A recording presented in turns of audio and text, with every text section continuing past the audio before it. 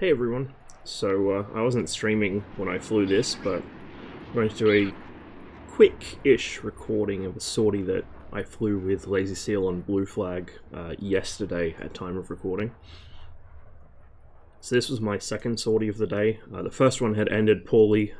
We flew into what we believed was one F-16. It actually turned out to be two F-16s. Seal got popped pretty much straight away by the second guy.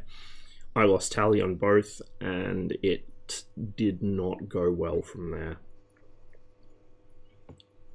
At this point, Sochi has been taken by Blue Team, so they're mostly basing out of there. We were flying from Gelendzhik and later from Mykop. Just going to run through the non-combat parts of the flight at 2 times time acceleration. Otherwise, this would be a very, very long video. I do want to include the whole sortie, including takeoff, cruise, landing, whatever, just to give context to what happens.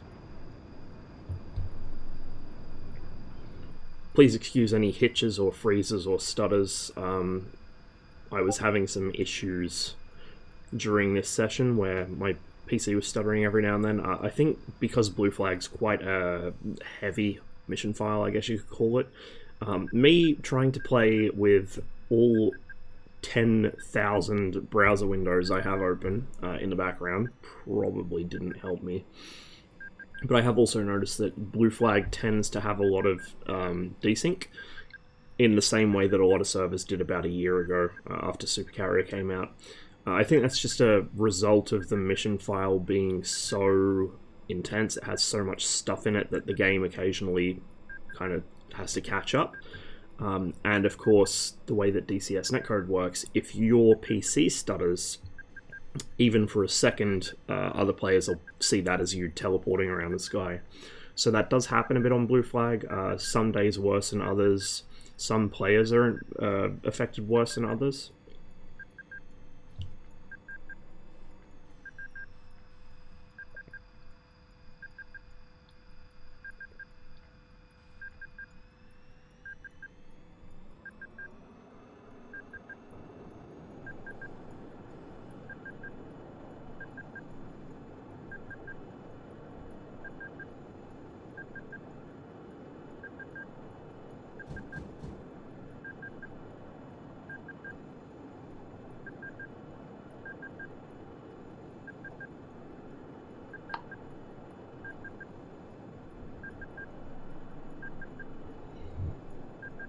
So during the cruise, I might just, sort of talk in general about my experiences on Blue Flag recently. I have played on here before. In fact, Blue Flag was one of the earlier PvP servers I did play on when I came to DCS. I just didn't play on it very often. Like I used to play with Tawny and Thermo and a couple other guys. The main reason I haven't played it as much is it's just not populated when I'm playing DCS, or it is populated but one team or the other is stacked really, really badly. However, when I have been able to get on it and it has been populated with reasonably even teams, it's been quite a lot of fun. My biggest complaint about it really is because the front line tends to sort of ossify around the mountains, valley crawling is very much a thing, almost to a higher extent than growling sidewinder.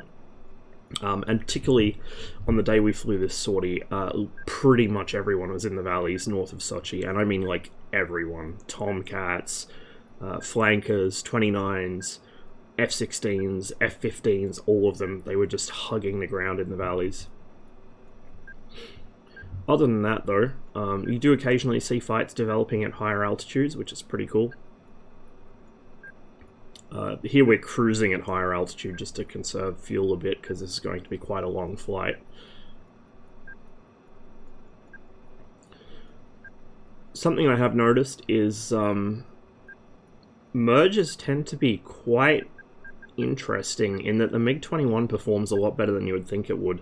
The biggest challenge for us is actually getting within visual range without getting slapped by either a Sparrow or a very long AIM-9 shot.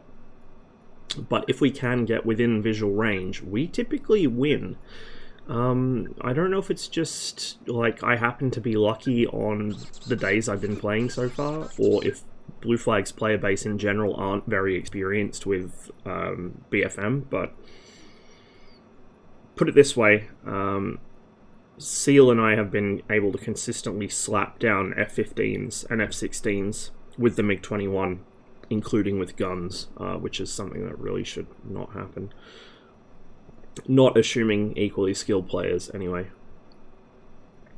We also went through the TAC view, and that was very, very interesting, because we noticed that most of Blue Team, and some of Red Team as well, were firing like anything between 3 and 5 missiles per target. And I don't mean like the usual thing where you fire one missile at 20 miles, one at 10, one at 5, whatever. I mean firing missiles in salvos. For instance, the first engagement of the day we got into against the 2 F-16s, I had 4 AIM-9s fired at me like all at once by 1 F-16, and I trashed all of them. So he was down to 2 Sidewinders immediately because he just wasted them all on me. It happens a lot, and people firing missiles well outside parameter. For instance, we did see in the TAC view 1 F-15 who kept firing Sparrows outside their effective range against cold targets, which is what he was shooting at. But not only that, he was firing multiple at a time and then turning cold immediately. Like, it's like he thought they were AIM-120s or something. He was just defeating his own missiles immediately by turning cold, so they were no longer supported. So I don't know if it's just Blue Flag has, I guess, a less experienced player base compared to Cold War, or if it's just more noticeable. You know, I come across people on Cold War who clearly don't know what they're doing, but it seems much less common. You know, if I open up a Cold War TAC view, I might get 1 or 2 bits of hilarious entertainment out of it, whereas here it was just a non-stop laugh riot the whole time we were going through the TAC view. So I'm curious to see that. I'm curious why that is. I guess perhaps some of the player base are just so used to BVR combat that they kind of panic and don't know what to do when things get close. Who knows? I've long held the thesis that Red players and Cold War Blue players, who have the same issue that Red players do, are more, I guess, more crafty. They have to be more creative, they have to be more competent and efficient, especially within visual range, because that's where they can actually kill things. And this server's kind of reinforced that a lot, to be honest. You know, regular blue players have a huge technological advantage over Red, and often a numerical advantage over Red as well. Whereas Cold War Blue players play in a server where the MiG-21 is the apex predator, so they have to really be on top of their game, kind of like we have to be in servers like this. So we've got a friendly contact ahead of us. That was that contrail that crossed the nose. You can see I'm just trying to keep him on radar here so we know what's going on. Right about here he gets into an engagement with somebody we can't see. We're getting pretty close to the action now. There's a friendly FARP somewhere in the mountain range to our front, down in the valley. I'm going to go ahead and kill the time acceleration as we roll in for the attack run. So the reason we were having such a lucrative time in this particular area of the mountains is not only was there a friendly FARP there, but that FARP was sending out convoys of tanks towards Sochi, and we had basically the Leningrad lifeline, as Seal put it, of helicopters doing sling loading up and down the valley between that FARP and Sochi, and Blue were desperately trying to counter it with their own helicopters with ground attack. It was a very high density of aircraft within a very small space, both Blue and Red, fixed wing and rotary. Now, we didn't realize just how many aircraft were there until we opened the TAC view, because in the MiG-21 especially, your situational awareness is extremely, extremely limited. You may have noticed that there were no live GCI calls coming to us. Live GCI is a thing on this server.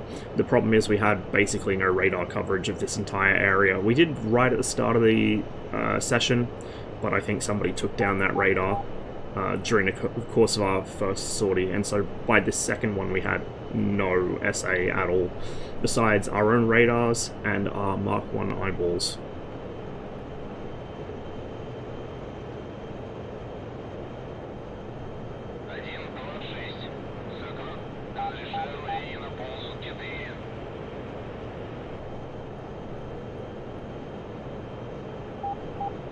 Flying this low over the mountains is a little risky, but I happen to know that this is near ARFARP. There shouldn't be any enemy man pads or AAA in this area. But I think that's one thing that could improve Blue Flag a little, is having more man pads, AAA, etc. scattered throughout the mountains, just to try and force people out of the valleys a little more. It's okay having, like, you know, a couple of trench run spots that people can go down, but at the moment on Blue Flag, and DDCS was kind of like this in the few times I played there on Caucasus, people were just hiding in the mountains. It was kind of... It just turns into a stalemate, because mountain fights tend to be very inconclusive. And it's difficult terrain for ground forces as well. So here I had someone on radar, but I lost him. This was sort of a problem that plagued us in these mountain fights, was we'd see somebody for like a second or two and then they'd drop off radar. So I'm trying to offset here from where I know he was, where his last position was, and then come back in from the other side.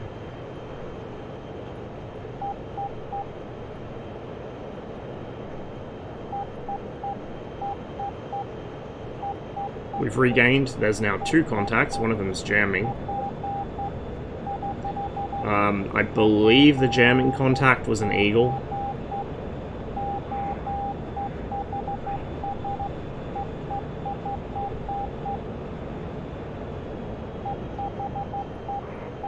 Struggling to get a lock here, but I do finally get one and immediately drop it.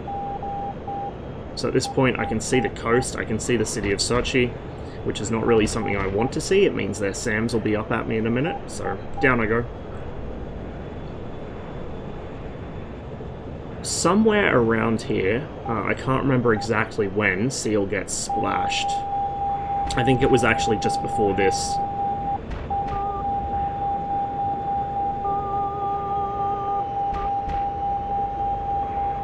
I know there's something down in front of me because I'm picking up a heat signature, but I can't see it.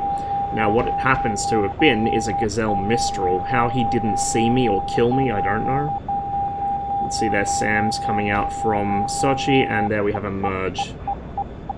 This is the F-15 that I think was jamming earlier. At this point, Seal is dead. So he's switched over to a TACCOM slot, so he can kind of give me what help he can from our extremely poor EWR coverage. Don't know why that R60 missed. The second one was a little close, but the first one really should have hit. He wasn't flaring, he was in burner. It was well within front aspect range for an R60.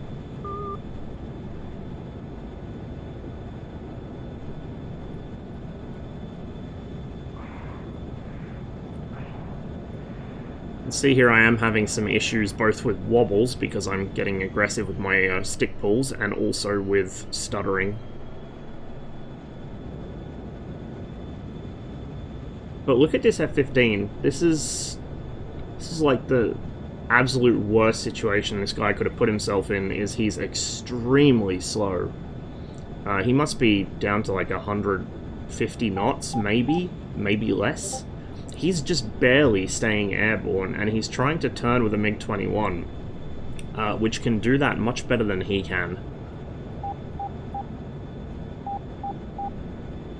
He's also got 3 bags on. You know, for reasons beyond my fathoming. A lot of the Eagles I spotted were running with 3 bags, which is an unbelievably draggy combination, and they're not flying very far from their home airbase, so I don't understand it.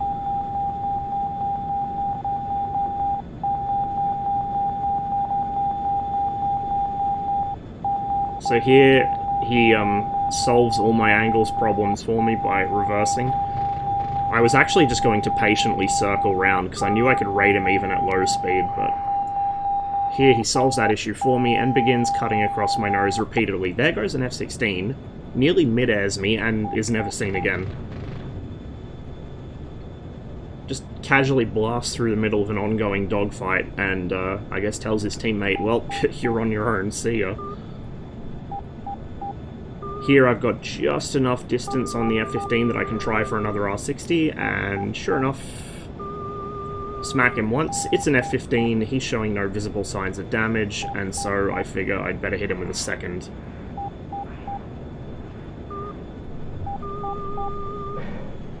There it goes. And that's a kill. At this point, SEAL in TACCOM spots a Harrier for like a fraction of a second, which is this contact off my nose. It's crossing left to right. I do try and lock it up, but I'm struggling to reacquire it here with the radar. I will in a moment. The reason I go to try and lock it up like this is the only two missiles I have left after that engagement are R3Rs. So you can see here, I give him a little bit of lead, not enough as it turns out. I should have given him more. The the R3Rs, correction, almost make the turn, but just not quite. They just barely missed him. But he's unaware.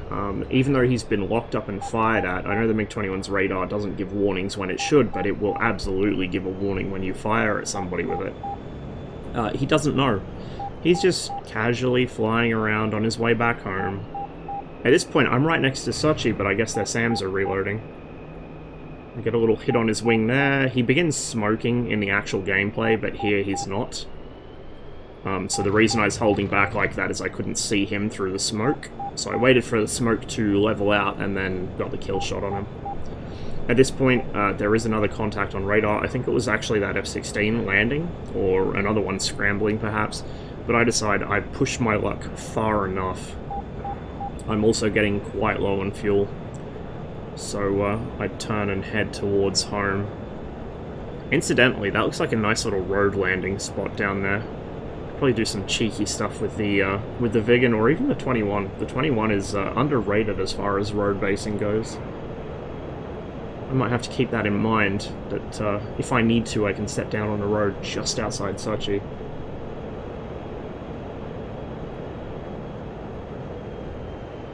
Here I know I'm going to be very low on fuel when I get home, so staying in Afterburner is a calculated risk. I want to put as much distance between myself and Sortie Air Base as possible, as quickly as possible, but I also need to make sure I have just enough fuel to get home, which, spoiler alert, I did. I had about, I want to say, 100 litres of fuel when I touched down. Perhaps a bit less. The service tank light began flashing as I rolled out on landing, put it that way. So I'm going to go ahead and hit the time acceleration again. Nothing really interesting happens here. I don't think anyone pursued me home. If they did, they didn't do a very good job of it, because I got back to my cop quite nice and safe, aside from the fuel scare.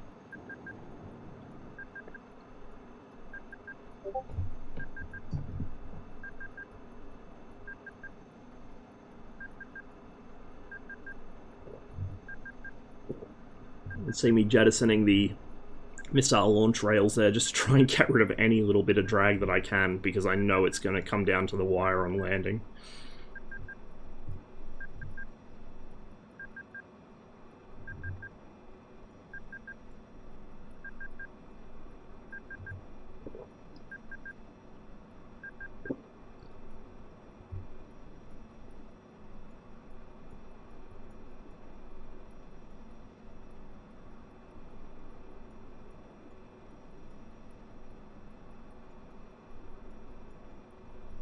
Overall, this session went okay for us. So as well as those 2 kills on this sortie, so our first and our third had no results. First and third sorties, both of us were killed with no kills of our own. The second here, SEAL unfortunately was a bullet shield for me, or a missile shield as the case may be. He had a pair of very, very long AIM-9s that somehow reacquired him as they were falling from the sky with no energy. So I got 2 kills on this one. Later on, I got a kill against... Well, actually, did I get... No, I didn't get a kill against an A-10, technically, I think. I did force him to land in a way that destroyed his aircraft, though. So, I mean, I guess technically it'd be a kill.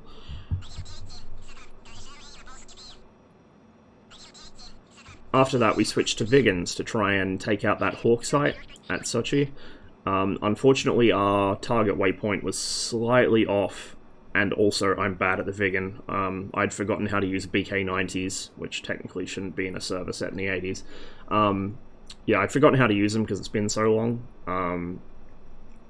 One of them hit, but it just barely missed the target. I think I got 2 radar units with it instead of the entire site. Seal and I both got popped by stingers. Our second run, we came in over the water instead, and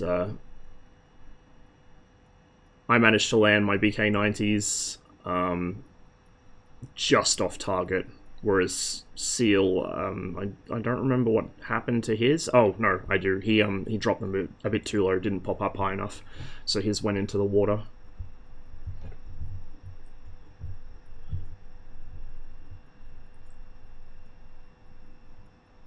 I'm actually curious as to why the Vigans BK-90 is available on this server. It's obviously from the name a 1990s weapon. The AJ, which was the actual variant flying in the 80s, wouldn't have been able to carry it at all. And Blue don't have any of their smart weapons, really, except for Mavericks, so it's kind of odd that the Vigan gets this... you know, fancy self-correcting glide bomb, or glide cluster bomb. It's basically like a primitive JSOW. And yet, Blue don't even get harms. It's kind of odd the way that the weapons restrictions are set up. I'm sure there's a reason for it, but it is what it is. And in the event they ever get removed, I'll just go back to low drag bombing and rocket strikes, because to be fair, those are kind of more fun anyway. So here we go. I'm trying to conserve my fuel as much as possible, so I just coasted all the way down to the runway, and here I'm cutting the corner on my approach. We'll come out of time acceleration. Doing a bit of a Spitfire approach here, curving in like this.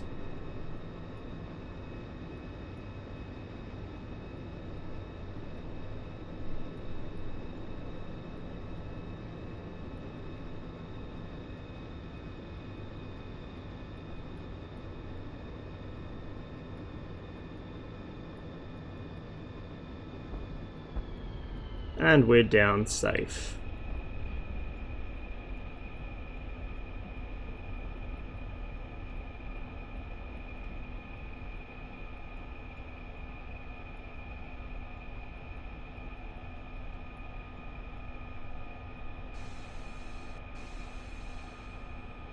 And as you can see there, blinking at the top right, the service tank was just about empty when I landed, so I had very, very, very little fuel left. This is a thing I have a habit of doing. There we saw 102 kilos of fuel returned. Some of that would have been useless fuel, remembering that there's a certain amount of fuel that the aircraft can't access from the other tanks. So if the service tank light's flashing, the service tank holds 80 liters. And that light flashes when the service tank is almost empty. So I returned 102 kilos of fuel, which I believe is about 120 liters, 130 liters. But of that, maybe half or less was actual usable fuel. Either way, it was a pretty fun sortie, pretty stressful as well. And I made it home with just enough fuel to pull off the runway and turn around for another one. Hope you guys enjoyed this. It was just a quick little one, but this is pretty typical of my experience on Blue Flag over the past couple days, using the MiG-21 to try and pop up and ambush people who, quite often I've noticed, carry mixed loadouts. The blue team in here seems to have really fallen for the self-escort meme, and the MiG-21 benefits enormously from that. Anyway, I'm going to cut the video there. Thanks for watching, and I'll catch you on the next one.